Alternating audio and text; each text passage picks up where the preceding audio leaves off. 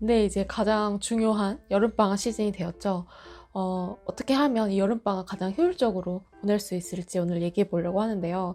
여러분들이 물론 길게 이야기 듣는 거 좋아하지 않는 거 알아요. 그래서 최대한 짧게 이야기해 보려고 하는데, 그래도 정말 가장 중요한 시즌이니까 여름방학 시작되기 전에 한번 저랑 내용 쭉 한번 정리하고 본격적으로 시작해 보시길 바랄게요. 저는 이 얘기부터 하고 싶어요. 스탑워치에 12시간을 채워라. 정말 뭐 독한 친구 중에는 14시간, 15시간을 채우고 하는 친구들도 봤는데요. 사실 그렇게 하는 친구들은 정말 밥 먹을 때도 시간 재면서 밥 먹는 경우라든지 정말 좀 심하게 좀 혹독하게 하는 경우가 많고요. 조금 그냥 일반적인 공부를 잘한다, 공부를 좀 해봤다 하는 사람들은 12시간 정도를 맥시멈으로 잡는다고 봅니다. 그리고 이 12시간이 나 어디 가서 나 공부 좀 열심히 해봤어, 나 공부 좀 해봤어 라고 할 수 있는 중요한 기준이 된다라고 생각하는데요. 선생님, 저는 막 3, 4시간도 어려운데요? 라고 하면 뭐 어쩔 수 없죠. 뭐 그냥 목표하신 대학 말고 다른 대학을 가시면 됩니다. 또는 정말 머리가 좋아서 3, 4시간으로 충분한 경우가 아니라면 정말 나는 3, 4시간 채우는 것도 힘들고 이건 이상은 무리야, 나는 정말 뭐 12시간은 정말 무리라고 생각해 라고 한다면요, 공부가 맞지 않는 겁니다. 12시간이라고 하는 시간은 정말 내가 뜻이 있고 의지가 있고 정말 여기에 진심을 다한다면 수험 생활 중에 몇 번은 채워볼 수 있는 시간이에요. 그래서 꼭 12시간이라고 하는 그 한계점, 그러니까 일반적인 사람들의 한계점이라고 생각을 하는데 그 12시간은 꼭 채워보시길 바랄게요. 매일 하라는 거 아니고요. 공부가 좀 안 될 때는 7, 8시간. 그리고 뭐 중간 정도의 컨디션이다라고 하면 10시간에서 11시간.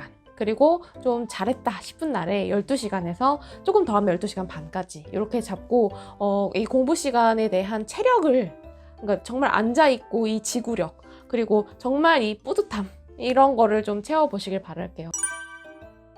그런데 12시간 채우는 게 쉬운 건 아니잖아요. 그래도 조금 더 쉽게 채우는 방법은요, 무조건 일찍 시작하는 겁니다. 그러니까 저 같은 경우는 재수 때 항상 새벽 5시 반에 일어났어요.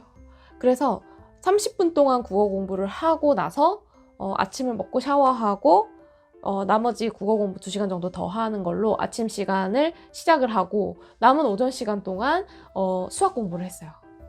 그런 식으로 오전 시간을 쭉 공부하고 나면 이미 내가 점심 먹을 때 됐는데 최소한 4시간, 5시간이 채워져 있단 말이에요. 그러면 이거 뭐 점심시간밖에 안 됐는데 너무 뿌듯해. 이렇게 뿌듯한 학생이 그 나머지 시간을 허투루 보낼까요? 그렇지 않죠.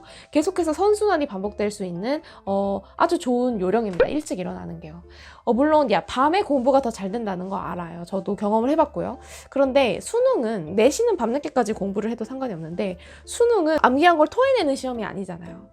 밤새서 공부해서 암기한 거 토해낼 수는 있어요. 그런데 수능은 정말 머리를 빠릿빠릿하게, 그러니까 이 사람들이 원하는 논리에 맞게 빠릿빠릿하게 돌려야 되는 시험이고 아침에 치러지는 시험이기 때문에 아침으로 컨디션을 맞춰놓는 게 훨씬 유리하고요. 처음에는 졸립죠. 그러니까 커피라든지 바카스라든지 레드불이라든지 이런 거에 조금 처음엔 의존을 하더라도 아침에 최대한 피곤함을 쫓으면서 아침에 최대한의 많은 시간을 채워놓기를 강력 추천드립니다.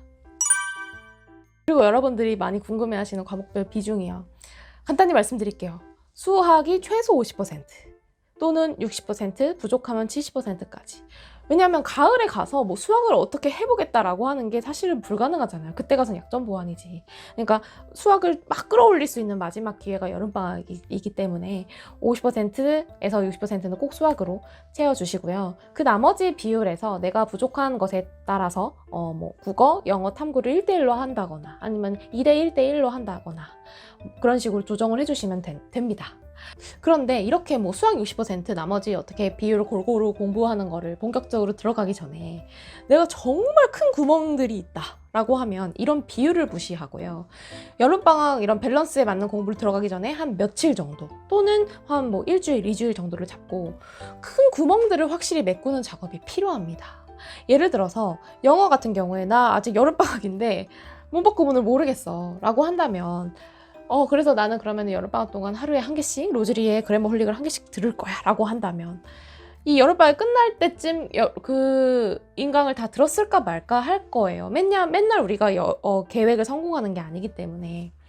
그러니까 정말 급한 큰 구멍들은 밸런스를 무시하고 그 과목에 좀 큰 비중을 두고 올인하는 것도 필요하다는 거예요. 예를 들어서 나는 영어가 노베이스고 그리고 수학에서는 통계는 손도 안 댔어 아직까지 라고 한다면 며칠간은 영어반, 수학반 이렇게 해가지고 영어 며칠 잡고 그냥 로즈리 그래머리 싹 다 들어버린다든가 뭐 천일문을 한 건 다 풀어버린다거나 해서 확실하게 그 부분을 메꾸고 뭐 반은 통계 주구장창 통계를 해가지고 통계를 마스터한다든지 또는 나 이번에 지구과학을 이번 수능에 볼 건데 겨울방학 때 반 정도 듣고 아직 개념 인강이 남았어. 근데 여름방학 때 최소한 문제풀이는 들어가야 되잖아요.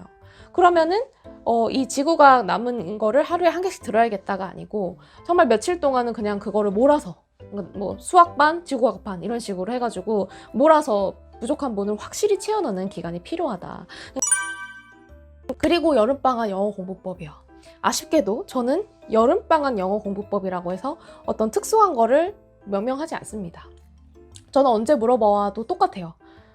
2달 2시간이고 1시간은 EBS로 순수 지문을 놓고 영어 독해 하셔라. 1시간은 유형별 기출문제 돌파하셔라 라고 이야기하고요. 보다 구체적인 걸 아직도 모르겠다라고 하면 저번에 그 사이스토리를 놓고 설명한 영상을 꼭 참고하시길 바랄게요. 그러니까 1시간 1시간씩이라고 하지만 조금 부족한 친구들은 1시간 반, 1시간 반 이렇게 비율을 늘릴 수는 있겠죠.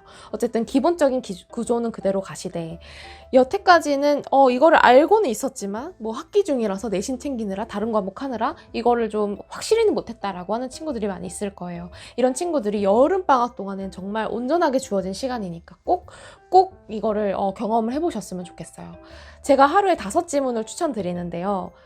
이건 조금 익숙해졌을 때고 정말 5지문 아니어도 하루에 1지문 2지문이라도 좋으니까 이 감을 느낄 때까지 정말 원칙을 살려서 소리내서 진심으로 읽는 연습 이번 여름방학 때 정말 온전히 시도해 보시길 바라고요. 유형별도 그냥 문제집 푸는 정도가 아니고 제가 저번 영상에서 말씀드렸었던 것처럼 노트를 두고 스크랩을 해가면서 그렇죠? 그리고 유형편에 있는 접근법을 내 손으로 그 요약해서 적어보면서 그 노트를 꼭 만드시는 거를 여름방학 목표로 삼으시길 바랄게요. 그리고 제가 마지막으로 강조드리고 싶은 거는 단어예요. 정말 안 외우는 학생들이 있다는 거 알아요. 정말 어떤 학생은 미루다가 수능 직전에 가서도 이거 수능 필수 단어인데 헷갈리네 하는 경우가 있습니다. 이 단어는 정말 부지런하고 습관적인 거라서요. 정말 안 외우는 애들은 끝까지 안 외우더라고요. 그러면은 뭐 영원 독해고 뭐고 무슨 소용이 있겠습니까? 이 단어 재료들이 하나도 없는데 하루에 60개씩 그러니까 거창한 막 두꺼운 교재보다는 뭐 제가 말씀드렸던 EBS에 나오는 그 부록 교재라든지 자기가 직접 만든 단어장이라든지 독해할 때마다 모르는 단어 적으셔서 하루에 60개씩 이동 시간에 화장실 갈 때 자투리 시간 날 때마다 들고 다니시면서 하루에 60개씩 꼭꼭 외우시길 바랄게요. 그래야 9월 가서 뭔가 결실을 맺는 시간에 급한 불을 끄지 않아도 될 겁니다. 이 여름에 정말 뜨겁게 공부하는 시간 가져보시길 바랄게요.